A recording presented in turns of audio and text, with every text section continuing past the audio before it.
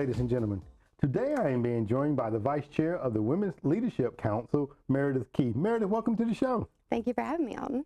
Well, it's a pleasure to sit down with you to talk about something that's coming up in our community that I know that everybody will want to get involved with, and you have kind of spearheaded this and taken it on to, to the next level, and it's very important in our community. But before we do that, can I reminisce back just a little bit? Yes. I want to go back to 5th grade Burters of Weatherby School. Yeah. DARE program. Yeah. Say no to drugs. Say no to drugs. That's right. That was me a few less gray hairs and many moons ago. And I remember you and some of the other students there were just a joy to work with. And now you're a beautiful young lady here in our community, giving back to help our community to strive and be the very best that it can be. And I want to say thank you for the work that you're doing here in our community, Meredith. Thank you. And because this is your first time sitting down with me, if you don't mind, just tell everybody a little bit about yourself. Okay. I was born and raised in LaGrange, Georgia, and when I was coming back into LaGrange as a young professional, I was trying to find a way to get involved in our community. And by happenstance, I ended up volunteering with United Way. Okay. So I do several different things in town. I'm a contracted clinical therapist in town, but also I do a lot of volunteer work, and one of the main things I focus my efforts on is working with United Way and the Women's Leadership Council. And I too am a board member of United Way and served on United Way for a number of years, and I wholeheartedly believe in the agencies that United Way represents and the things that they are able to do with the funding that they get from our community, which is a generous community. And one of the things that you have talked about or have introduced to us is a program that I feel is so very, very good. But before we get into that, talk a little bit about your experience with United Way. So I got involved as a board member after volunteering with Mary Market, which was our first fundraiser for early learning programs. And through that involvement, we ended up working to develop a Women's Leadership Council so that we could have a task force behind supporting early learning. We had several board members that were working on the fundraising for that, but we decided we needed to have a whole group of women in the community that were behind the cause. So we started Women's Leadership Council. Okay. And then after we started Women's Leadership Council, we, with a great team, came up with the initiative blocks. Okay. All right. And tell us, and we saw that, and you guys unveiled that, you ladies unveiled that to us at a board meeting some years, well, last year, I believe it was now, last year. Talk about blocks and what is and it's an acronym. Right. Talk about that for us if you don't mind, Meredith. So BLOCKS stands for Babies Learning on Course for Kindergarten Success. We very intentionally put baby and kindergarten in the same slogan because we want people to connect the fact that a baby and what they're getting, their language, nutrition, and their developmental needs, when they're getting those met as a baby, that is setting them up for success in kindergarten. Okay. And then, of course, everything that comes after that. Okay. It's funny that you mentioned DARE because my goal for blocks is that everyone in our community will see blocks and think, babies are learners too. Read to your baby in the same way that when I think about DARE, I think don't do drugs. Absolutely, absolutely. And it's just those catchwords, those building that foundation so that the young people have an early start at learning, whether it be kindergarten, first, second, third grade, and on through. Now, and Meredith, you were telling us that you're a clinical therapist by trade. Yes. Talk about the correlation between what you do in your profession and the learning abilities.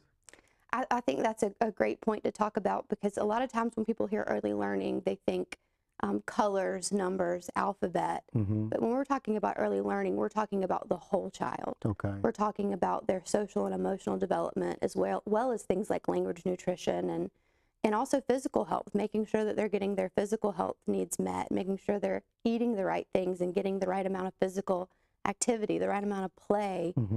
So for me, that comes in heavily with my clinical therapy background because working with children, I work with a lot of adolescents who did not get that well-balanced development from birth to 5. Okay. Okay. And so important that you have, as you stated, that balance there so that they learn. I know, I'm going to reminisce back to my days when I was a kid, we would always go outside and play. Right. Nowadays, we see a lot of the kids, of course, they have the video games, the various other, network things that keep their attention, and a lot of times they don't necessarily get out and get that interaction. Right.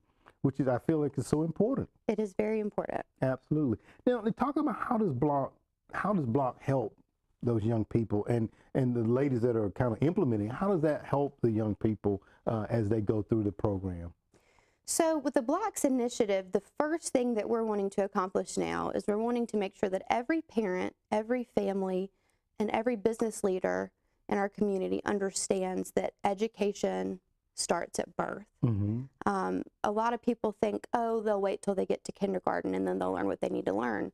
But if we're sending kids unprepared to kindergarten, we're setting them up for failure. We're impacting that third grade reading number. We're impacting that high school graduation rate.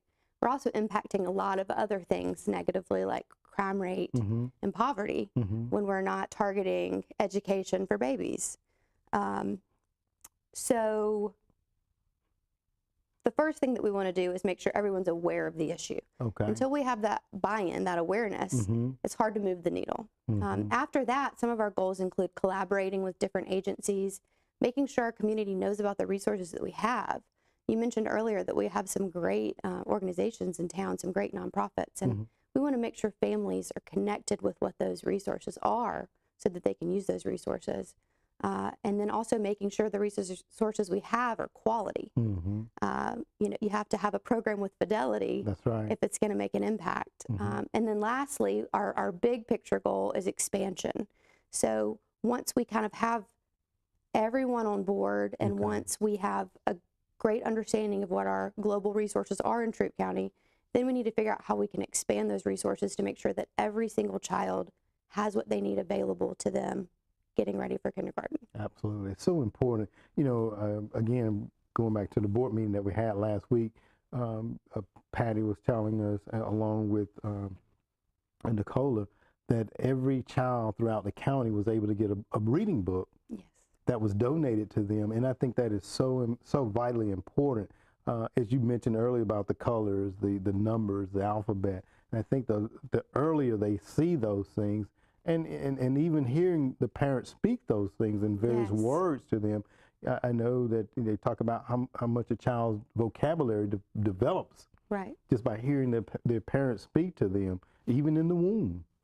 Absolutely. That's a great point, because we say birth to 5 a lot, but really it's prenatal care. That's right. And it's a matter of parents having access to good prenatal care from doctors, but also embracing the idea of talking to your baby even in the womb. That's right. Absolutely. And my mind always goes back to, there's a commercial, you may have seen it on television. You see a lady standing, she's in a laundromat, and she's saying various words, and it kind of looks awkward at first when you see it because you only see her on the screen, and then eventually the camera pans out and you see the child standing down next to her, and you understand what she's doing. So again, and it can feel really strange when you're talking to your baby like they're an adult, but it's important to do that, and to read to your baby. A lot of people don't get that you should read to babies because they think, well, they don't understand me.